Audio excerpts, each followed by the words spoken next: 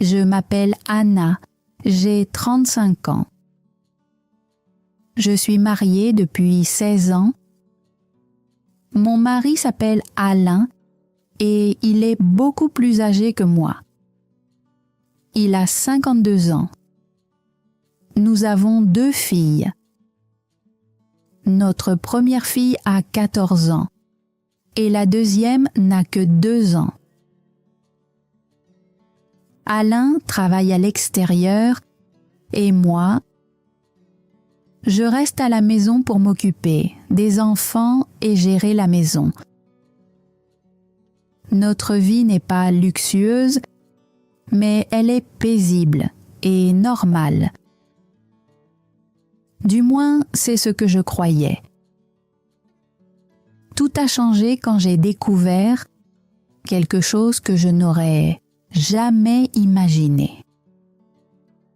Un jour, j'ai appris qu'Alain avait une petite amie. Je n'y croyais pas. J'ai eu l'impression que mon monde s'était arrêté. Alain est mon mari. Nous sommes ensemble depuis de nombreuses années. Nous avons partagé des moments heureux et des moments difficiles. Je croyais qu'il m'aimait. Je croyais que nous formions une équipe. Mais soudainement, tout semblait être un mensonge. J'ai essayé de lui parler. Je lui ai demandé « Alain, c'est vrai? Tu as quelqu'un d'autre? » Mais au lieu de me répondre honnêtement, il s'est mis en colère. Il a dit « Tu inventes un problème pour rien. » Mais je le sentais au fond de moi. Il cachait quelque chose. Quelques jours plus tard, je n'arrivais pas à dormir. Mon esprit tournait sans arrêt. Je voulais connaître la vérité. Alors, une nuit, j'ai regardé son téléphone. Je me suis sentie coupable, mais je devais savoir. Alain m'a surprise. Il était furieux. Il a crié « Pourquoi tu regardes mon téléphone? Tu n'as pas le droit. » J'ai eu peur, mais j'étais aussi blessée. Pourquoi était-il si en colère s'il n'avait rien à cacher? Plus tard, j'ai consulté sa facture de téléphone. J'ai vu un numéro qu'il appelait presque tous les jours. Ce n'était pas un numéro professionnel, c'était personnel. Mes mains tremblaient, mais j'ai appelé le numéro. Une femme a répondu. Sa voix était calme. Je lui ai demandé « Qui êtes-vous » Elle m'a dit qu'elle était la petite amie d'Alain. Elle avait le même âge que moi. Elle avait aussi une fille et elle était mariée elle aussi. Je ne savais pas quoi dire. J'étais sous le choc. J'avais l'impression que mon cœur avait été écrasé. Je lui ai demandé « Vous ne pensez pas à ma famille ?» Et elle a répondu « Ce n'est pas mon problème si mon mari le découvre. » Je me suis sentie tellement seule. Je suis retournée voir Alain et je lui ai dit que je savais tout. Je lui ai dit que je lui avais parlé. Encore une fois, il s'est mis en colère. Il a dit « J'arrêterai quand je voudrais. Tu ne peux pas me contrôler. »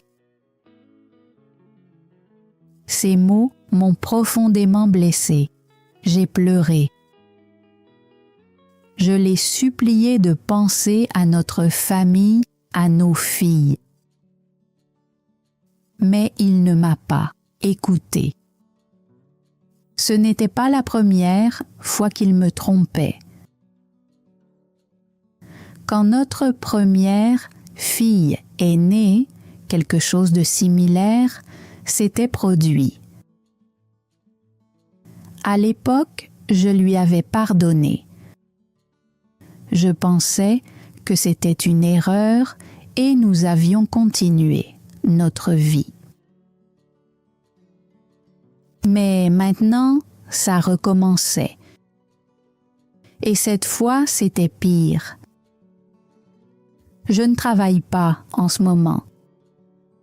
J'ai pris du temps pour m'occuper de notre bébé. Nous avons aussi un prêt pour notre appartement et le logement est à mon nom. Nous le payons tous, les deux.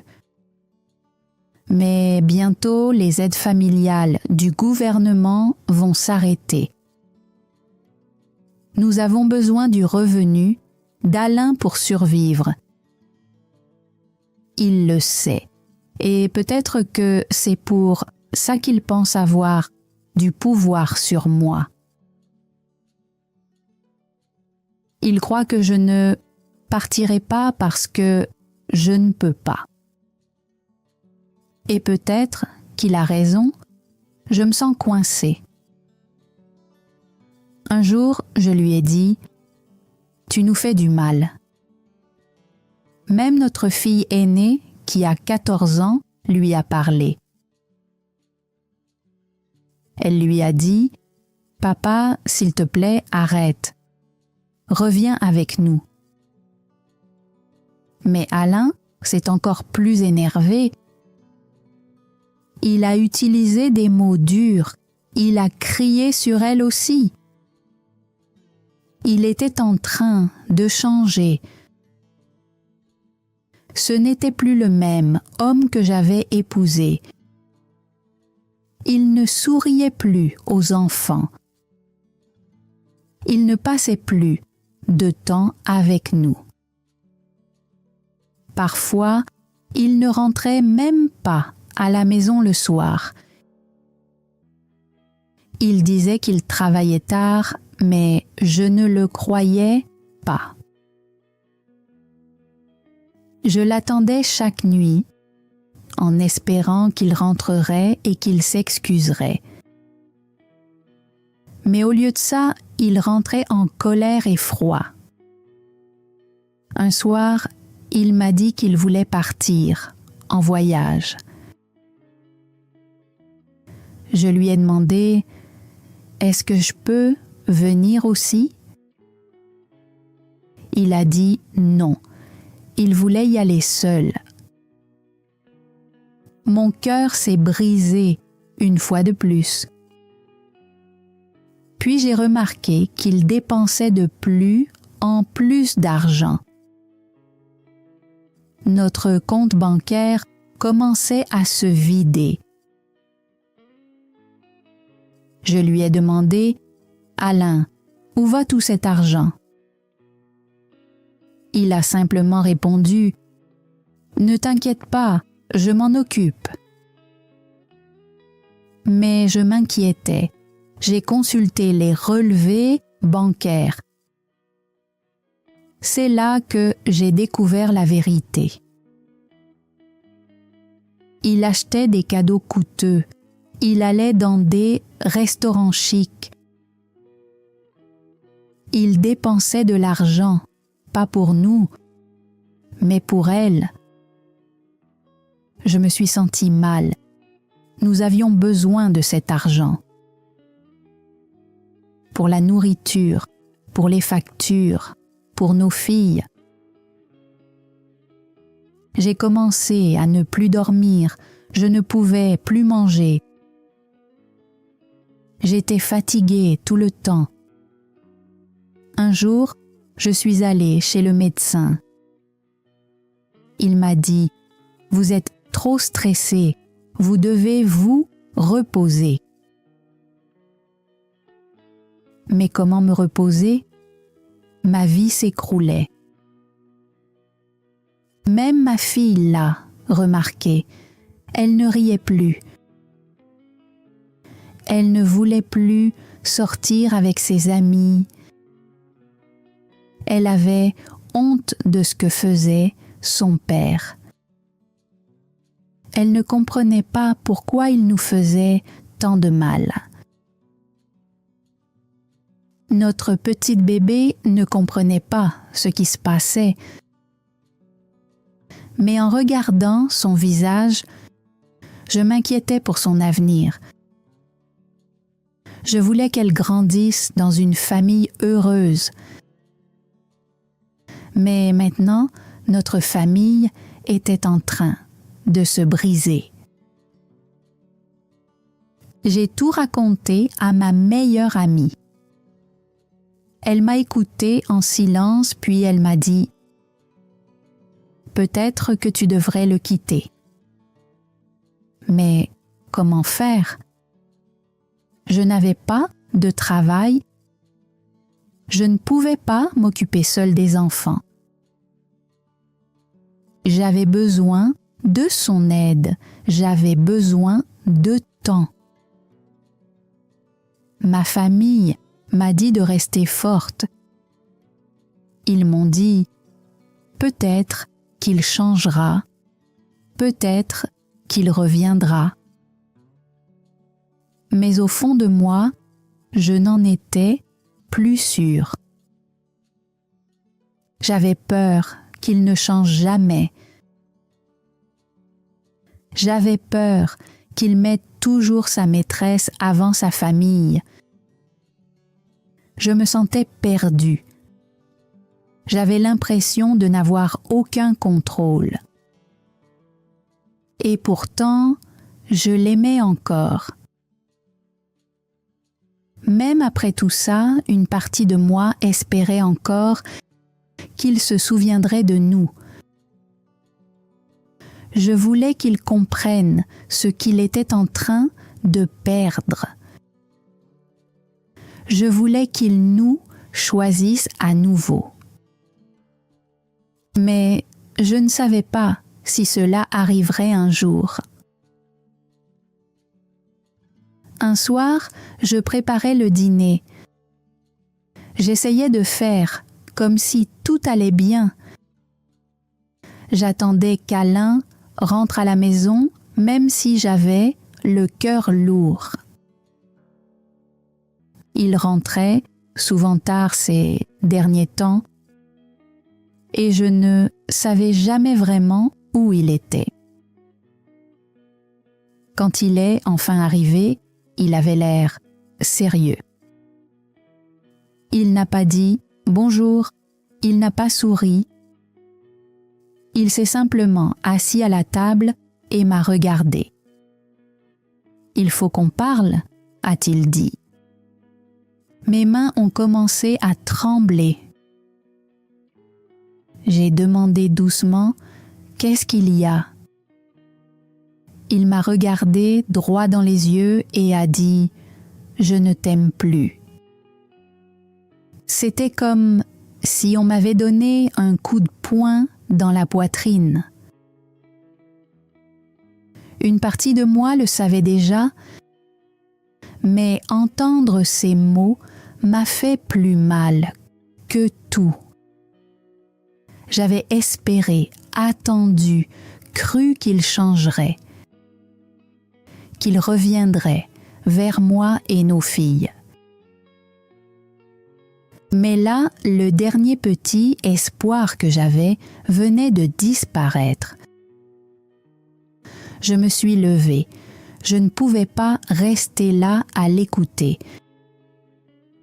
Ma voix tremblait quand j'ai demandé « Et maintenant ?» « Je pars », a dit Alain. Et juste comme ça, mon monde s'est effondré. il s'est levé et a commencé à faire ses valises. Je suis restée assise sur le canapé à le regarder. Mon visage était couvert de larmes, mais je ne les ai pas essuyées. Je n'arrivais pas à croire que c'était réel. Il a ouvert l'armoire, a pris ses vêtements, ses livres, ses affaires, tout ce qui était à lui. Il ne parlait presque pas. J'avais envie de crier, de hurler, de le supplier de rester. Mais je ne l'ai pas fait. Je suis restée là, figée. Il s'est approché de nos filles et les a serrées dans ses bras. Il les a embrassées sur le front et a chuchoté « Je suis vraiment désolée ». Elles pleuraient toutes les deux. Notre fille aînée le suppliait « S'il te plaît, ne nous quitte pas ». Mais il ne répondait pas. Il avait juste l'air triste, puis il s'est dirigé vers la porte. Il a soupiré, l'a ouverte et est parti. J'ai entendu sa voiture démarrer. Je l'ai entendu s'éloigner, puis le silence. Le silence le plus bruyant que j'ai jamais entendu de ma vie. Et là, j'ai craqué. J'ai pleuré. J'ai pleuré plus fort que jamais. Tout mon corps me faisait mal. Je suis restée assise dans le noir, serrant un coussin, tremblante. J'étais seule. Mon mari m'avait quittée, mes enfants souffraient et je ne savais pas quoi faire. Le lendemain matin, je me suis réveillée tôt. J'ai tendu la main de l'autre côté du lit, mais il était vide. C'est là que je me suis souvenue. Il était parti. Je n'avais pas envie de manger, pas envie de bouger. Chaque fois que je fermais les yeux, je voyais son visage. J'entendais encore et encore ces mots. « Je ne t'aime plus ». Je devais faire semblant pour les enfants. Je devais sourire, faire comme si j'étais forte. Je devais être leur mère, même si à l'intérieur, je n'étais qu'une coquille brisée. Certains jours, je prenais mon téléphone. J'avais envie de lui écrire, de lui demander où il était, s'il pensait à nous. Mais je m'en empêchais. Je savais où il était. Il était avec elle. Un jour, je suis sortie me promener. Je suis passée devant un petit café près du parc. Et là, je l'ai vu, Alain. Il était assis à une table en terrasse. En face de lui, il y avait une femme. La même femme à qui j'avais parlé au téléphone. Elle souriait, elle était belle. Alain avait l'air heureux, il riait. Je suis restée figée. Il ne m'avait pas encore vue.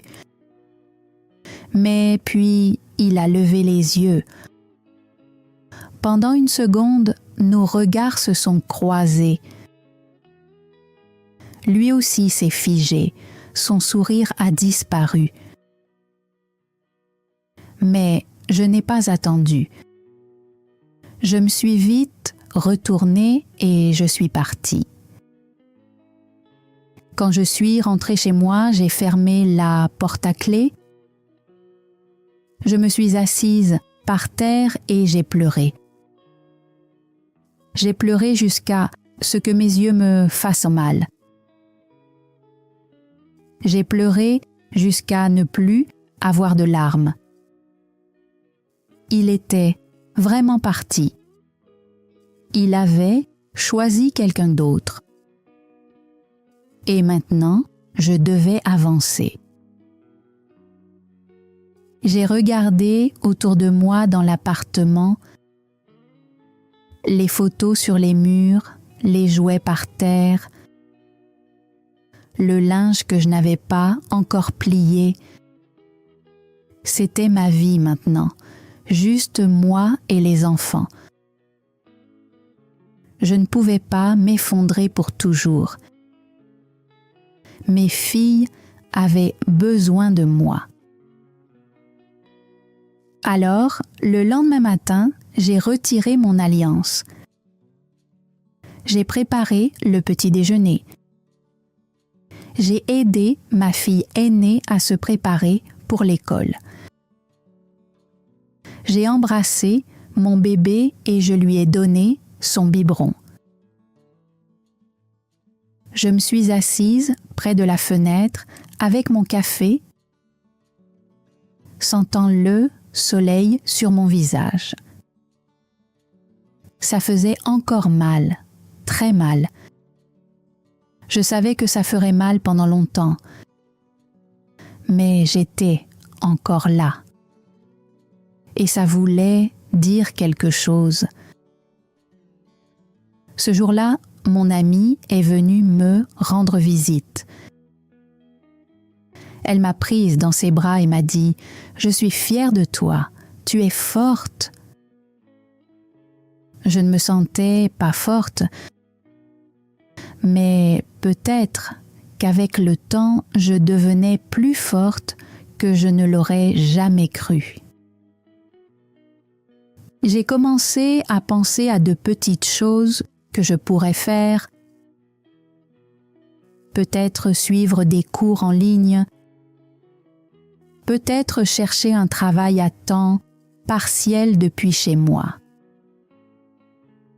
Je n'avais toujours pas toutes les réponses. Je ne savais pas encore comment j'allais m'en sortir. Mais je devais essayer. Un soir, ma fille s'est assise à côté de moi sur le canapé. Elle m'a pris la main et a dit « Maman, je suis contente qu'on t'ait encore. » C'était tout ce que j'avais besoin d'entendre. Les jours qui ont suivi le départ d'Alain ont été difficiles. La maison semblait vide sans lui. Il n'y avait plus personne pour réparer les choses, pour porter les sacs lourds, pour partager les soirées. Mais le plus dur, ce n'était pas les tâches ménagères, c'était le silence. Un silence qui vous fait sentir seul, même entouré de vos enfants. Notre bébé ne comprenait rien. Elle souriait toujours quand je lui chantais une chanson ou que je lui donnais un jouet. Mais notre fille aînée, elle n'était plus la même. Plus silencieuse, elle ne riait plus comme avant. Certains soirs, elle pleurait en pensant que je ne l'entendais pas. Son père lui manquait, même si elle était aussi en colère contre lui. Je ne savais pas quoi dire. Je n'avais pas de réponse. Mais je restais près d'elle. Je lui disais « Je suis là, je t'aime, on va s'en sortir ». Et chaque jour, j'essayais de croire moi-même à ces mots. l'argent est devenu un gros problème. Alain était parti et même s'il avait promis de nous aider, ce qu'il envoyait ne suffisait jamais. Parfois, il ne donnait rien du tout. Je devais faire attention à chaque pièce. Je n'achetais que ce qui était absolument nécessaire, de la nourriture, des produits pour bébé, des fournitures scolaires,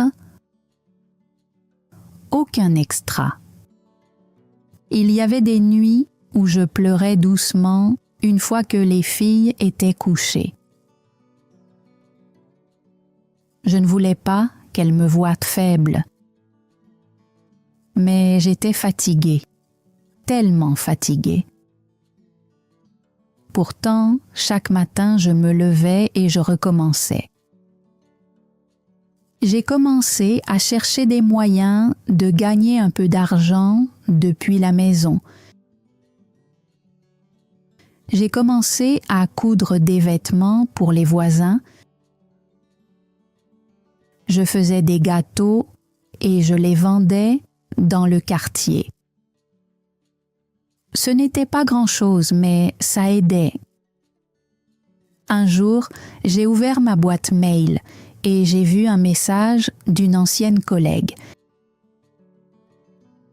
Elle me disait qu'il y avait peut-être un poste à temps partiel dans un petit bureau tout près.